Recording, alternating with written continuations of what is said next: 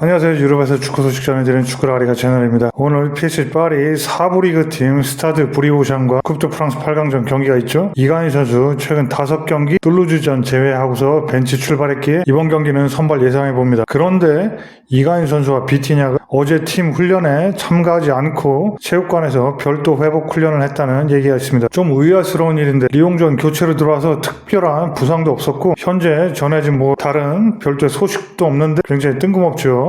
단순한 근육통 정도에 그 정도로 여겨지지만 별일 없어야겠습니다. 건강한 모습으로 오늘 밤 경기에 출전 기대하고요. 한편 에메리는 드디어 팀 훈련에 합류했습니다. 잘하면 리버풀전 나오는 거 아니냐 그런 얘기도 있고 약간 앞서가는 듯한 인상도 있지만요. 객관적으로는 리버풀전에 최대 교체 출전 정도가 최대겠죠. 그리고 또한 파비안도 이 리옹전에서 후반 막판에 굉장히 부상으로 잠깐 나갔다가 들어왔는데 그래서 걱정이 염려가 됐었는데 문제 없다는 내용입니다. 별도의 큰 부상이나 그런 건 전혀 없다고 합니다. 파리는 현재 지옥같은 일정이죠. 굉장히 타이트한 3일, 4일 간격으로 연속으로 경기가 있고 상대들도 리버풀, 리버풀 이런 식으로 굉장히 타이트하고 쉽지 않은 상대들이 연속으로 또 계속 만나야 됩니다. 그리고 오늘 밤 당장 쿱드 프랑스 8강전 있죠. 그리고 3일 후에는 리그 한 경기 릴을 상대로 하고 또 일주일 후 릴 다음에 4일 후에는 또 챔피언스리그에서 리버풀을 만나게 됩니다. 그렇게 굉장히 타이트한 일정의 파리고요. 오늘 밤에 만나는 스타드 브리오샹은 이 4부 리그 팀인데 이 쿱드 프랑스에서 리그왕 1부 리그 팀인 니스를 탈락시켰고 완전히 너무 쉽게 또 접근하면은 그런 것도 안 되겠습니다. 이거는 스타드 브리오샹의 그 한 선수가 인터뷰를 했는데 조금 파리를 상대하기 조금 무섭다. 최근 파리의 상승세가 굉장히 무섭다. 그런 얘기를 또 했고요. 이렇게 파리가 올해 초부터 계속 무패이고 모든 상대를 압도하고 있으며 맨체스터 시티와의 경기에서도 승리를 했고 또 경기당 평균 3.4골을 기록하고 굉장히 공격력도 파괴적이죠. 그래서 솔직히 말해서 좀 무섭기도 해요. 그렇게 스타드 브리오샹의 미드필더 선수가 파리 상대로 약간 두렵다 그런 느낌을 인정했습니다. 그래서 파리 입장에서 방심은 하면 안 되겠지만 방심만 하지 않으면 또 굉장히 어렵지 않은 경기가 될 걸로 객관적으로 예상되고 있습니다. 말씀드렸다시피 이렇게 에메리가 훈련에 복귀했고요. 어제 화요일날 훈련 세션에 팀 동료들과 합류해서 이렇게 같이 훈련을 했습니다. 한 달 전에 슈투트가르트와의 그 챔피언스리그 경기에서 왼쪽 발목 염좌 부상을 당해서 전열에서 이탈했었죠. 드디어 돌아왔습니다. 그리고 팀 훈련에 참가했죠. 그리고 또 말씀드린 대로 파비안 루이스도 눈에 띄게 좋아져서 크게 걱정할 필요 없다. 경기에 뛸 수 있다. 그런 상황입니다. 근데 또 한편으로는 이렇게 비티니하고 이강인 선수가 팀 훈련에 참가하지 않고 별도로 체육관에서 개인적으로 회복 훈련을 했다고 전해지고 있습니다. 부상이나 특별한 얘기가 전해지지 않았기 때문에 단순 근육 통증 그 정도로 판단이 되고요. 심각하지 않은 상황이라고 보여집니다. 만약에 어제 푹 쉬고 회복 훈련하고 오늘 컨디션이 좋아졌다면 오늘 밤에 또 경기 뛰는 데는 큰 무리가 없겠죠. 하지만 약간 지켜봐야 될 부분 같고요. 이제 루이스 엔리케 감독의 인터뷰인데요. 3, 4일마다 경기가 계속 타이트하게 경기가 있는데 이 페이스가 매우 강렬하지만 팀은 지금 매우 강하고 자신감도 있다. 우리는 계속 이렇게 쭉 기조를 유지할 거다. 그리고 경기 잘 준비하고 우리는 이 쿱드 프랑스에서도 살아남고 싶다. 그런 얘기를 했습니다. 마율루에 대해서 짤막하게 얘기했는데요. 마율루 이 미드필더에서 또 뛰는 어린 선수죠. 18세입니다. 가장 높은 잠재력을 가진 젊은 선수 중 한 명입니다. 그는 이미 거의 1000분을 뛰었습니다. 파리에서 이렇게 상당히 이미 뛰었다 이 얘기죠. 그리고 저는 그의 프로필과 공을 가지고 있을 때와 공이 없을 때 그의 자질을 좋아합니다. 그는 이미 우리에게 매우 존재감을 보입니다. 마율루가 아무래도 18세이고 경험이 일천하고 이 피지컬적으로도 완벽하게 성인의 신체가 아니기 때문에 약간 부족한 부분이 사실입니다. 어색하고 판단력이 안 좋을 때도 있고 신체적으로 밀릴 때도 있고요.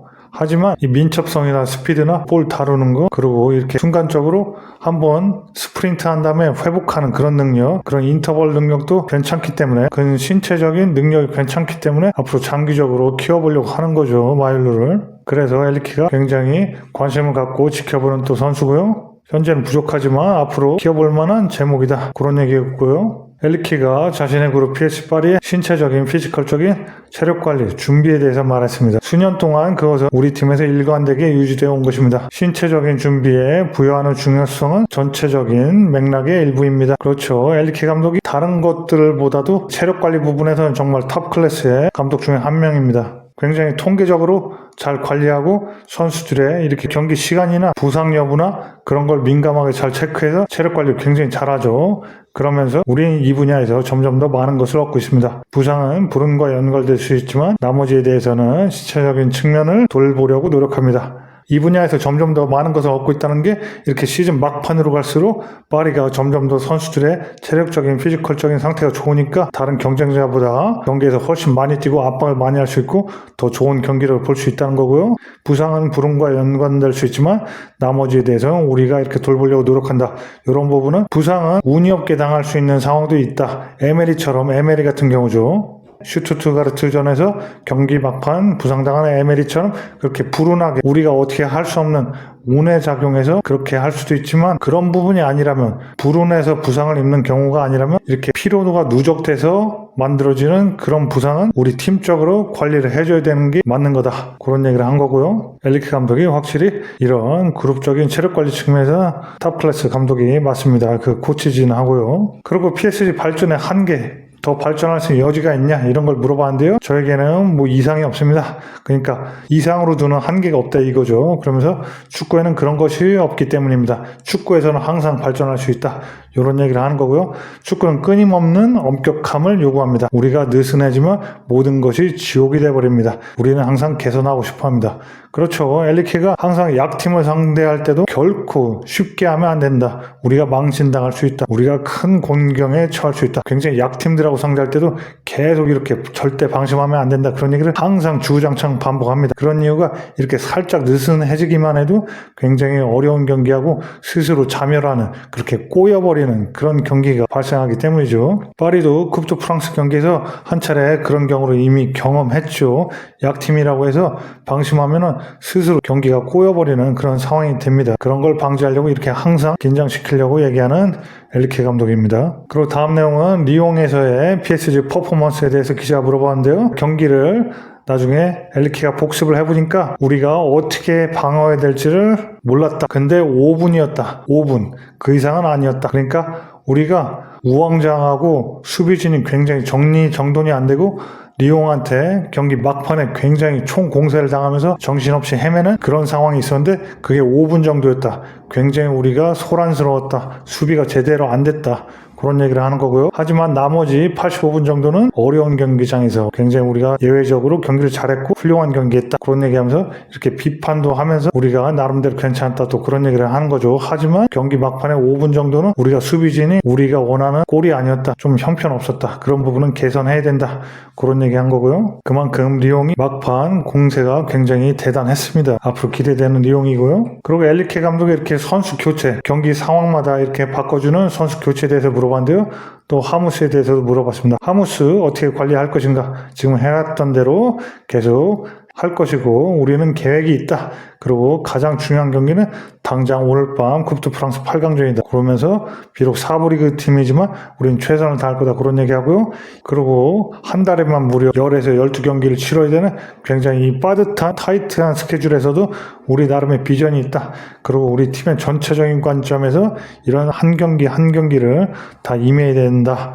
그러면서 변화는 매우 자연스럽게 이루어질 수 있고 리버풀 상대로 제일 중요한 건 리버풀 상대로 최상의 상태로 경기를 임해야 된다 그거죠. 그러면서 그 리버풀 경기를 위해서 적절한 경기 시간을 항상 배분해야 되고 경기마다 그게 우리 목표다. 그러면서 하무스는 또 경기에 나서지 않을 때조차도 굉장히 정신 상태가 훌륭하고 나무랄 데가 없다. 그런 선수가 있어서 매우 기쁘다. 또 칭찬으로 마무리했습니다. 이렇게 굉장히 타이트한 경기고 또 제일 중요한 리버풀과의 챔피언스리그 경기 있으니까 경기 상황마다 매 경기마다 이렇게 선수를 바꿔주면서 교체해주면서 체력 관리해야 된다.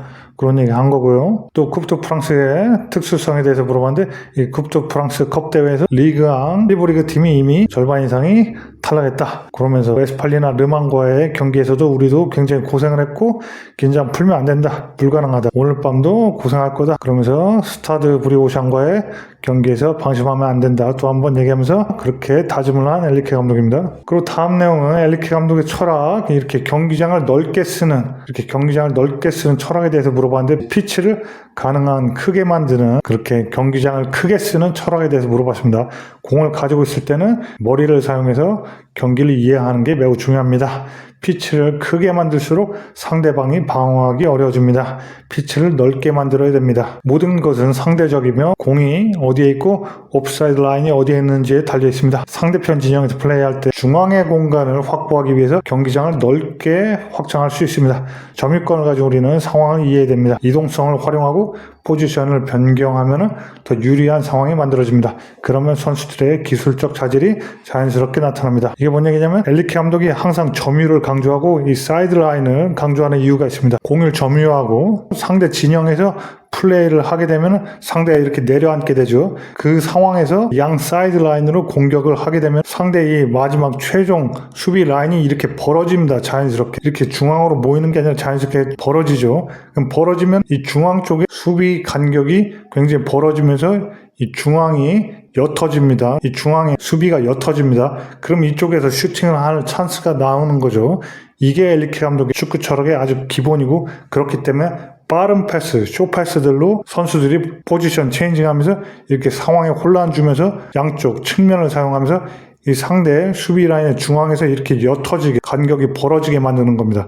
이 상황에서 중거리 슛이나 안쪽 박스로 파고들면서 골을 노리는 게 엘리케 감독의 철학입니다. 그렇기 때문에 항상 점유율을 강조하는 거고, 패스하면서 볼을 잃지 말라 그런 얘기를 하는 거고, 빠른 포지션 체인지를 원하는 거고, 또 이 측면을 강조하는 이유기도 합니다. 그런 엘리케 감독의 이 전체 축구 철학을 살짝 언급한 거고요. 그렇게 이렇게 상대 수비 간격을 벌어지게 하고 우리가 점유를 하는 축구를 하면 우리 선수들의 기술적 자질이 자연스럽게 드러나서 득점하고 압도하는 그런 경기를 할 수 있다. 그런 얘기를 한 엘리케 감독입니다. 그리고 끝으로는 이 스타드 브리오시안과의 경기가 트랩 매치냐, 그러니까 우리가 방심하다가 또 약팀한테 잡히는 그런 매치가 될 수 있냐, 그러니까 축구는 선호가 없는 스포츠입니다. 팀은 매우 적게 공격해도 경기에서 이길 수 있습니다. 그러니까 우리가 브리오샹을 이렇게 방심해서 우습게 보다가 브리오샹이 적은 역습 찬스에서 공격해서 우리가 실점하고 경기를 칠 수도 있다 하면서 방심하면 안 된다, 또 그런 얘기를 한 거죠. 네, 이렇게 해서 전체적인 파리 주요 이슈와 이강인 선수의 선왕 개인 훈련을 진행했다는 그런 내용도 살펴봤고요. 또 엘리케 감독의 인터뷰도 전체적으로 살펴봤습니다. 네, 파리는 그리고 오늘 밤 쿠프 프랑스 8강전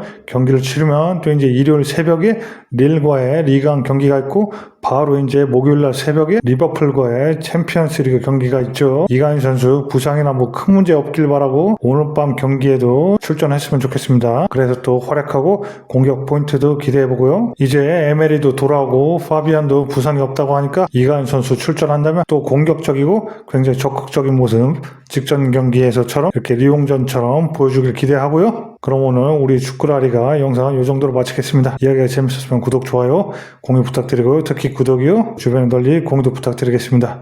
그럼 저희는 오늘 밤 쿠프 프랑스 8강전 경기 마치고 또 재밌는 소식 가지고 찾아오겠습니다. 그럼 모두 안녕. Hasta luego.